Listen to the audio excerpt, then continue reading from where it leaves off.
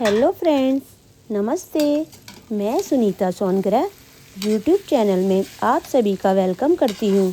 और आप सभी कैसे हो? आई होप ठीक ही होंगे। आज मैं एक रेसिपी के साथ एक नई वीडियो लेकर आई हूँ। छोटे छोटे बैंगनों की ये रेसिपी है जिसे मैंने चटपटे मसालों से भर कर बनाया है, जो काफ़ी टेस्टी और हेल्थफुल है। मैंने मसाले जो हम घर में ही इस्तेमाल करते हैं वही डाले हैं। बाज़ार का कोई भी रेडीमेड मसाला नहीं डाला है। मैंने अपनी इसी रेसिपी में टमाटरों का बिल्कुल भी इस्तेमाल नहीं किया है, क्योंकि बिना टमाटरों को डाले ये सब्ज़ी काफ़ी दिनों तक ठीक रहती है। और हम कहीं सफ़र में जाते हैं तो हम इस सूखी मज़ेदार सब्ज़ी को बनाकर भी साथ ले जा सकते हैं। इस रेसिपी को बनाने के लिए मैंने आधा केजी छोटे बैंगन लिए हैं। छोटे बैंगन खरीदते हुए ये ध्यान रखना है कि सभी छोटे बैंगन कच्चे हों और किसी भी बैंगन में छेद नहीं हो। छोटे छोटे बैंगन भी पके निकल जाते हैं और उनमें काफ़ी बीज होते हैं जो पके हुए होते हैं, और छेद वाले बैंगन के अंदर कीड़ा होता है। इस बात का ध्यान रखना बहुत ज़रूरी है। ऐसे बैंगनों की सब्ज़ी अच्छी नहीं बनती और वो हमारी हेल्थ के लिए भी नुकसानदायक होती है। मैंने सभी छोटे बैंगनों को अच्छी तरह से धो करके एक बर्तन लेकर पानी में डिप कर दिया है। फिर एक अदरक का टुकड़ा और हरा धनिया भी अच्छी तरह से धो लिया है। यहाँ मैंने 2 बड़ी प्याजों को छिलकों को उतार कर बारीक बारीक चॉप कर ली है, और बहुत सारे हरे धनिया को भी साफ़ करके और धोकर बारीक काट लिया है। इस सूखी सब्जी में बहुत सारा हरा धनिया डालने से सब्जी बहुत अच्छी और टेस्टी बनती है। मैंने चाकू से अदरक के टुकड़े को छीलकर कद्दूकस से ग्रेट कर लिया है। मैंने यहाँ आधा नींबू भी लिया है और कुछ करी पत्ते भी लिए हैं। थोड़ा सा लहसुन और हरी मिर्चें भी प्याज की तरह ही बारीक बारीक चाकू से काट ली है। इस रेसिपी में मैंने टमाटरों का यूज़ नहीं किया है। खटास के लिए मैंने यहाँ आधा नींबू का इस्तेमाल किया है। जो लोग प्याज और लहसुन नहीं खाते हैं वे लहसुन प्याज को स्किप कर सकते हैं और इसकी जगह टमाटर डाल सकते हैं, और वे नींबू नहीं डालें। टमाटरों से भी सब्जी खट्टी हो जाएगी। अब मैंने सभी छोटे बैंगनों को पानी में से निकाल कर उनके बीचों बीच में चाकू से प्लस के आकार का एक कट लगाकर बैंगनों की डंडियों तक काट दिया। जहाँ तक बैंगन की टोपी है वहाँ तक काट दिया और लास्ट का भाग जुड़ा ही रहने दिया। अब मैंने कढ़ाई निकालकर गैस ऑन की और कढ़ाई को गैस पर रखा और कढ़ाई के अंदर सरसों का तेल डाला। तेल को तेज पकने के लिए छोड़ दिया, क्योंकि सरसों के तेल को कड़वा तेल भी कहते हैं। अगर अच्छी तरह से नहीं पकाएंगे तो वह अपनी कड़वाहट बैंगन पर छोड़ देगा। इसीलिए सरसों के तेल को इसका कलर बदलने तक और धुआं उठने तक अच्छी तरह से पकाना पड़ता है।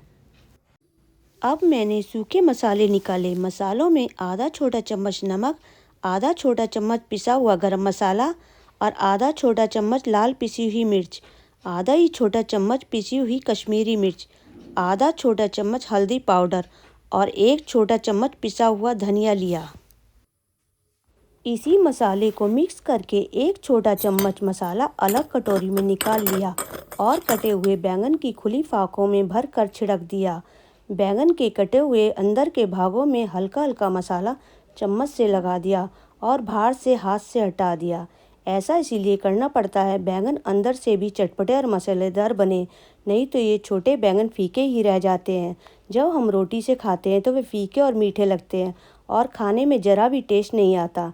सभी बैंगनों को मसाले से कोट कर लिया है।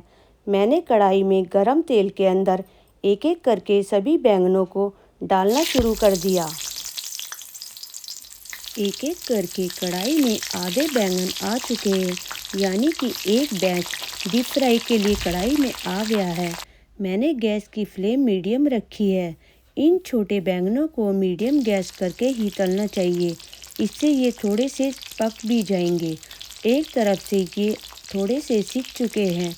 मैंने इन्हें पोनी से पलटना शुरू कर दिया ताकि ये चारों तरफ से अच्छी तरह से सिक जाए और इनकी डीप फ्राई अच्छी और बढ़िया हो जाए। ये सभी बैंगन 2 बैच में फ्राई हो जाएंगे।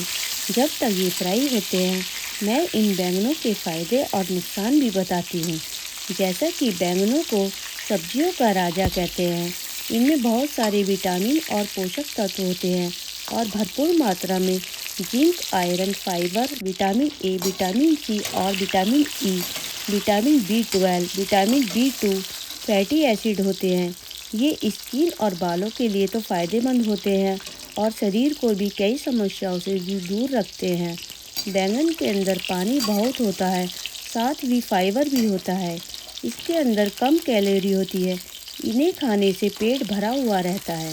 इससे वज़न भी कम होता है। जिस चीज़ से ज़्यादा फ़ायदे होते हैं उसी चीज़ से नुकसान भी बहुत होते हैं। किसी किसी को बैंगन सूट नहीं करते। मेरे कई रिलेटिव हैं, उनकी बैंगन खाकर तबीयत खराब हो जाती है। अगर किसी को कोई बीमारी है तो वह बैंगन नहीं खाएं। और लो ब्लड प्रेशर वाले लोग भी डॉक्टर की सलाह लेकर ही बैंगन खाएं। बैंगनों का दूसरा बैच भी अच्छी तरह से फ्राई हो चुका है। अब मैंने कढ़ाई में से बैंगनों को निकालकर अलग प्लेट में रख दिया और कढ़ाई में बचे हुए तेल के अंदर करी पत्ते की कटी हुई लीव्स डाली और साथ ही में 1 छोटा चम्मच जीरा और चुटकी भर हींग डाल दी। हींग जीरा हल्का लाल होते ही बारीक कटा हुआ लहसुन भी कढ़ाई में डाल दिया। लहसुन को प्याज से पहले फ्राई करना होता है, नहीं तो भरवा बैंगन में कच्चे लहसुन की महक आती है। मैंने पोनी से चलाते हुए इसे अच्छी तरह से मिक्स किया। अब मैंने ग्रेट करा हुआ अदरक कढ़ाई में डाल दिया और साथ ही में इसे थोड़ा सा तेल के अंदर पकने दिया और बारीक कटी हुई प्याज़ें भी कढ़ाई में डाल दी।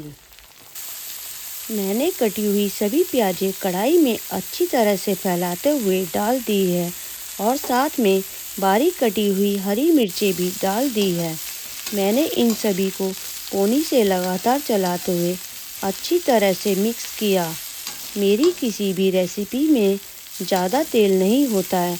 अगर मैं फ्राई करने के लिए कुछ ज़्यादा तेल डालती हूँ तो उसे फ्राई करने के बाद एक्स्ट्रा तेल निकाल देती हूँ। अब मैंने निकाले हुए सूखे बारीक पिसे मसाले कढ़ाई में डाल दिए और इन मसालों को डालने के बाद 1 कप पानी डाल दिया। फिर पोनी से चलाते हुए अच्छी तरह से मिक्स किया। गैस की फ्लेम मैंने हाई की हुई है।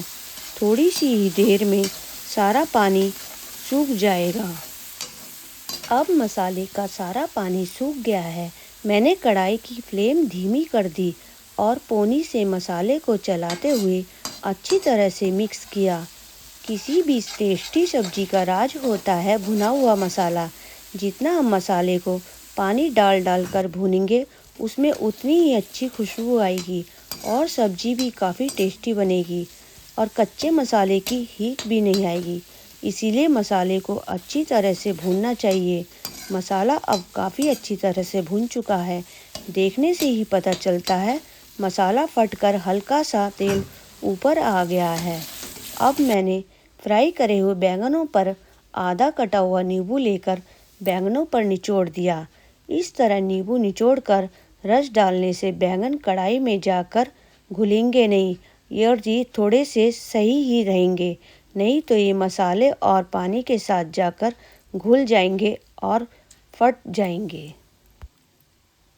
और बैंगनों के फूट जाने से भरवा बैंगन भी नहीं बनेंगे। अब मैंने सभी फ्राई बैंगनों को कढ़ाई के अंदर मसाले में डाल दिया और साथ ही में आधी छोटी कटोरी पानी भी चारों तरफ फैलाते हुए कढ़ाई में डाल दिया।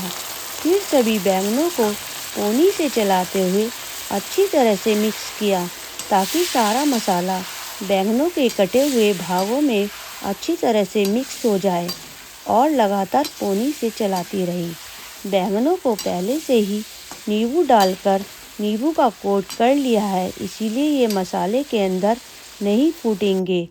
अब मैंने 2 मिनट के लिए लीड लगाकर ढक दिया ताकि ये थोड़े से भाप में भी अच्छी तरह से गल कर पक जाए। इस तरह ढक कर बनाने से ये भरवा बैंगन अच्छी तरह से कुक हो जाते हैं। मैंने गैस की फ्लेम को बहुत धीमा कर रखा है। इससे ये भरवा बैंगन एक तो अच्छी तरह से कुक हो जाएंगे और इनका मसाला तले में कढ़ाई के अंदर जलेगा भी नहीं। 2 मिनट बाद मैंने ढक्कन हटाया और पोनी से चला कर देखा। डाला हुआ सारा पानी सूख गया था। भाप से थोड़ा सा पानी कढ़ाई के अंदर आ गया। इसे मैं गैस की हाई फ्लेम करके और पोनी से चलाते हुए सारा सुखा दूंगी। अब कढ़ाई में सारा पानी भी सूख गया है और सभी मसाले और बैंगन अच्छी तरह से कुक हो गए हैं।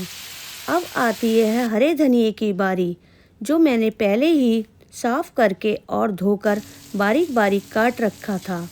मैंने बारीक कटा हुआ धनिया लेकर कढ़ाई में सभी बैंगनों को ऊपर डालना शुरू कर दिया।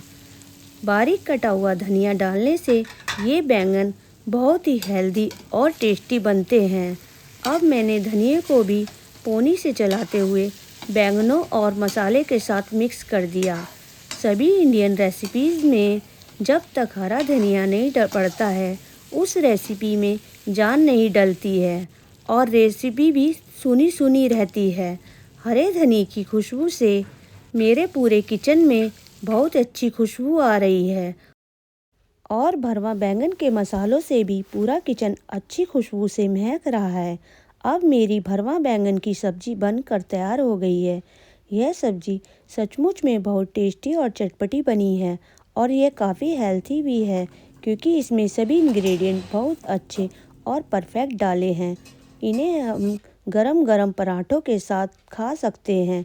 ये भरवा बैंगन पराठों के साथ खाने में बहुत टेस्टी लगते हैं। पूरी और लच्छा पराठों से तो और भी ज़्यादा स्वादिष्ट लगते हैं। कहीं अगर घूमने जा रहे हो या किसी धार्मिक स्थल पर जा रहे हो, तो जैसे महाकुंभ, अयोध्या, तो ये भरवा बैंगन बना कर ले जाएं। बाहर का खाना काफ़ी महंगा होता है और अनहेल्दी भी होता है। अभी तो सर्दियाँ भी हैं, ये सूखी सब्ज़ी ख़राब भी नहीं होगी। ये भरवा बैंगन रोटी, फुलके, चपाती, पूरी, नान और पराठों से बहुत स्वादिष्ट लगते हैं। मेरी ये पोस्ट आप सभी को कैसी लगी मुझे ज़रूर बताएं। मैं ऐसी ही नई नई रेसिपीज़ लाती रहूँगी। अगर मेरी पोस्ट अच्छी लगी हो तो एक लाइक ज़रूर करें। अगर मेरे चैनल पर पहली बार आए हो तो मेरे चैनल को सब्सक्राइब करें और फिर मिलते हैं ऐसी ही किसी नई रेसिपी के साथ। Bye bye.